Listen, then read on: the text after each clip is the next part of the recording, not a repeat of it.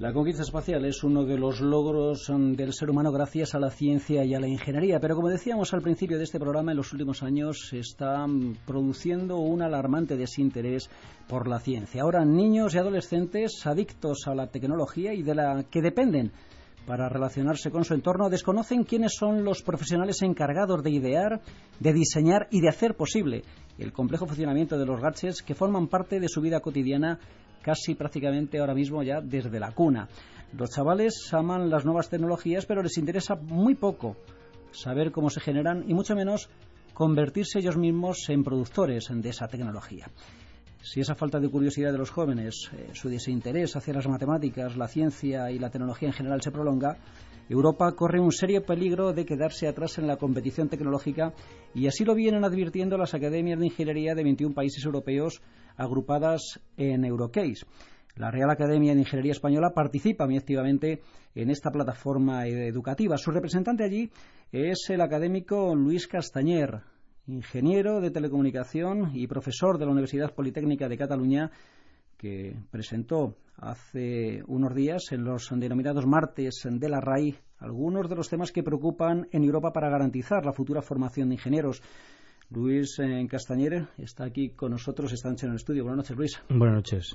Si la economía está cada vez más determinada por el conocimiento y la innovación, la reducción de científicos e ingenieros altamente cualificados es una de las grandes amenazas, ¿no?, que se ciernen para el futuro de la competitividad en Europa. Sí, está claro. Cada vez la vida está más tecnificada, los aparatos y los instrumentos de uso cotidiano son cada vez más complejos, aunque la ingeniería, pues curiosamente lo que hace es hacerlos mucho más sencillos. Y entonces la impresión que da es que el usuario lo trivializa, considera que son cosas que tienen muy poca complejidad dentro, cuando es justamente todo lo contrario. Efectivamente, ese desinterés de los jóvenes por la ciencia y la ingeniería en general, pues nos puede llevar a desarmarnos tecnológicamente hablando con nuestros competidores. Uh-huh. Hay distintos proyectos en todo el mundo para tratar de averiguar las causas, ¿no?, de ese desinterés y para tratar de motivar a los jóvenes hacia la ciencia y la ingeniería. Uno de ellos es este Eurocase del que estábamos hablando. ¿En qué consiste? Sí, exactamente. Eurocase es una asociación, una agrupación de academias de ciencia e ingeniería europeas de 21 países. Y ahí se ha hecho un estudio para saber qué iniciativas se adoptan en los diferentes países para motivar a los estudiantes a seguir estudios de ciencia o ingeniería. Entonces, más o menos los instrumentos que se están utilizando en todos los países son bastante parecidos y similares, pero parece ser que el énfasis se está poniendo en la gama de edad entre 15 y 18 años, cuando otros estudios dicen que ya quizá esa es una edad un poco tardía para que los jóvenes, los adolescentes, hayan tomado ya decisiones para su futuro. O sea que cuando hablamos de que hay que motivar a los chavales, ¿qué hay que hacer? ¿Hay que ir incluso antes de esas edades? Parece que sí. Lo que dicen es que habría que ir entre los 8 y los 12 años, sería un poco más eficaz. Lo difícil es encontrar los instrumentos más adecuados para hacerlo. ¿Y ese desinterés de los jóvenes por la ciencia es homogéneo en todo el planeta o existen diferencias? ¿O es algo particular de Occidente? Hay un estudio que se hizo en Suecia en Noruega, por unos investigadores que se llama el informe Rose, que es Relevance of Science Education. Entonces, en este informe, que se hizo en 41 países, todas las encuestas se hicieron a jóvenes de 15 años, chicos y chicas, hombres y mujeres. Y lo que se concluye es que parece ser que ese desinterés es más acusado en los países más desarrollados, mientras que en los países menos desarrollados ese desinterés no es tan acusado. Otra cosa que se ve también es que las mujeres manifiestan un desinterés mayor sobre los estudios de ciencia y tecnología. Y, bueno, la impresión que da es que cuando se les pregunta a esos chicos y jóvenes de 15 años, la impresión que da es que los chicos se encuentran mejor en un entorno laboral donde tienen que interactuar con instrumentos, con aparatos, con máquinas, y las chicas, las mujeres, se encuentran mejor en entornos laborales donde tienen que interactuar más con personas. Uh-huh. Y eso parece que también lo confirma un estudio de hace una semana o así en Aragón, que se han hecho un estudio sobre 25.000 estudiantes que más o menos viene a concluir lo mismo. O sea que aquí en España, si le preguntas a un chaval que si quiere ser ingeniero, la respuesta es... La respuesta es que yo creo que ahora mismo, a mí me gustaría que dijeran que sí, pero yo creo que van a decir que depende. Como decía la canción, ¿no?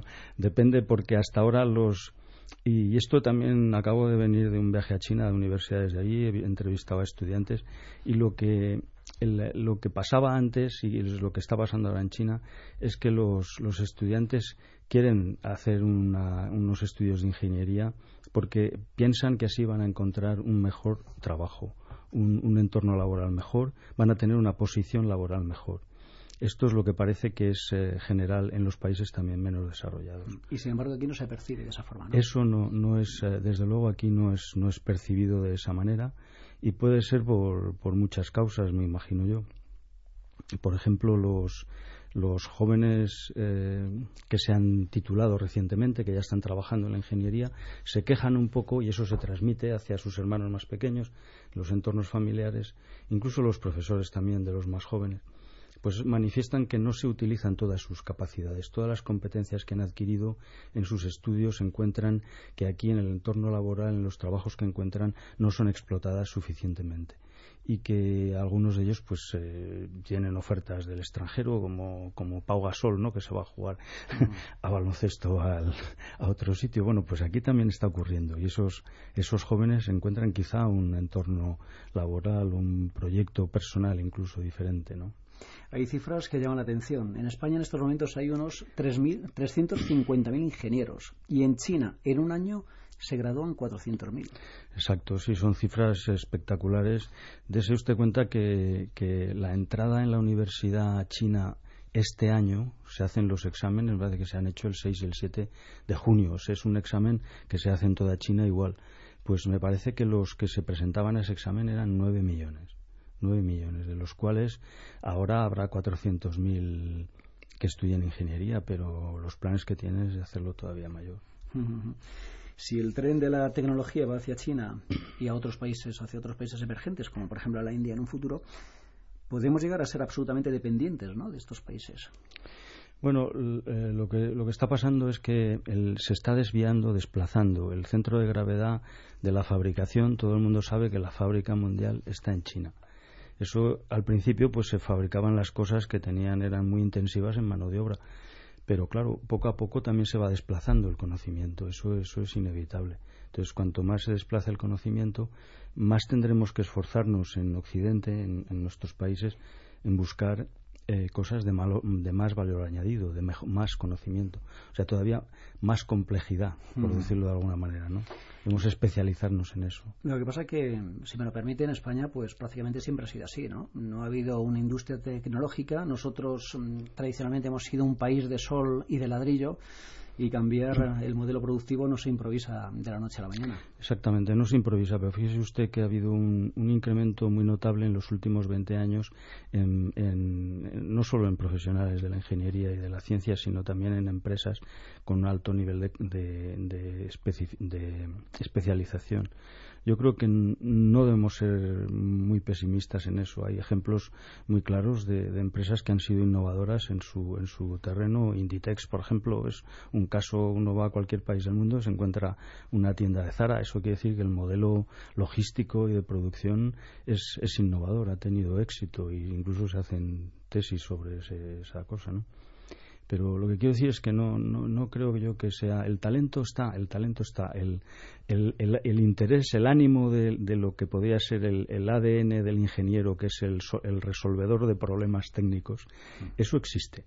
Y lo que hay que hacer es que esas vocaciones, esa gente que sabemos que existen, en todas las familias tenemos el familiar tecnológico, ¿no?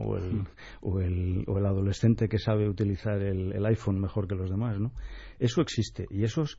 lo que hay que hacer es que no se desanimen, que lleguen a cumplir su objetivo en la vida. Malcolm Forbes, que es el señor de la revista Forbes, esta famosa, resulta que dijo una frase una vez que decía que el mayor error que se puede hacer es no intentar ganarse la vida con lo que más nos guste. O sea, no intentarlo, otra cosa es conseguirlo, ¿no? Pero intentarlo yo creo que hay que intentarlo. Sí, pero lo cierto es que en la última década en nuestro país el número de estudiantes matriculados en ingeniería y arquitectura ha disminuido en un 13%, mientras que en ciencias ha sido de un 36%. Sí. Hay facultades en estos momentos casi que con mayor número de profesores que de alumnos. Sí, lleva razón. Hubo un momento en que hubo un acceso muy importante, masivo de los jóvenes a la universidad, hace como unos 20 años, y ese fue un transitorio que ha ocurrido así y que quizá ahora ese transitorio se ha terminado. También ocurre que los jóvenes que se preparan, pues como pasa en otros países desarrollados, pues no encuentran ese interés, no lo acaban de encontrar tanto como lo encontraban antes cuando éramos menos desarrollados. Y usted que ha sido y que es profesor de la Universidad Politécnica de Cataluña, ¿cómo ha vivido estos 10 años ese declive de vocaciones que se ha producido y ese descenso de matriculaciones? Pues la verdad es que se ha notado que las matriculaciones son menores, las aulas están más vacías, hay menos estudiantes y como resulta que se habrían, quizá yo creo un poquito quizá sobredimensionado el número de máster, número de optativas que había en las universidades, eso hace que haya quizá una oferta excesiva para el número de estudiantes que tenemos. Estos estudiantes son excelentes, debo decir. Encuentran buenos trabajos, son gente muy preparada que se dedican con mucho esfuerzo a lo que es estudiar una carrera técnica, porque es, por lo que dicen ellos, ¿no?, más complicada que estudiar otras y sin embargo ahí están. Les interesa resolver los problemas, eso es lo que les gusta. Yo entrevisté a un estudiante hace poco y le pregunté que por qué había decidido hacer una carrera de ingeniero y me dijo, pues mira, a mí se me daban bien los números y además me gustan las cosas técnicas. Pues eso es quizá un poco el perfil, el diagrama vital del espíritu de ingeniero, que es el que intenta resolver problemas de manera creativa. Eso es el mensaje que están mandando ahora las asociaciones de ingenieros internacionales, porque precisamente piensan que la percepción social que se tiene de la ingeniería no es la que debería ser. Pero los chavales que llegan ahora a las escuelas y a las facultades, ¿están mejor o igual que preparados que hace una década? ¿O peor? La impresión general que tienen todos los profesores que están en los primeros cursos de las carreras de ingeniería es que tienen un defecto de conocimientos fundamentales, en matemáticas y en física. Esto parece que es el diagnóstico general. Entonces, en muchas de las escuelas de ingeniería se hacen acciones especiales para compensar esos déficits de formación. Quizá por otro lado también han aprendido otras cosas los adolescentes, no podemos valorarlo, no saben utilizar la informática quizá mejor que los adultos, desde luego, eso es indiscutible. Pero ese defecto de formación en cuestiones básicas sí que se nota generalizadamente. ¿Y ese menor interés de las mujeres al que hacía referencia usted antes, a qué puede deberse por las carreras técnicas? Pues no lo sé, pero lo que sí que es verdad es que... Porque ellas, a la verdad, lo hacen tan bien o mejor incluso que los varones. Desde luego, no hay ninguna duda. Nosotros creo que incluso tenemos en nuestra universidad estadísticas de que las mujeres son menos las que estudian que los chicos, desde luego, en la universidad, pero si se miran las notas que sacan ellas, las sacan mejores. O sea que eso es indiscutible. Otra cosa es que no se animen tantas a participar en la ingeniería. Eso no sabría decirle el motivo. Yo tengo 2 hijas y ninguna de las 2 ha sido ingeniero, o sea que... A pesar de que lo que tienen en casa, ¿no? Cambiando de asunto, usted ha participado en el diseño del primer chip diseñado y fabricado en España que se va a posar en Marte. Ah, sí, es verdad. Es un sensor para medir la velocidad y la dirección del viento marciano. Sí. ¿Cuándo va a viajar ese chip al espacio? Pues este va a viajar ¿Y en qué vehículo?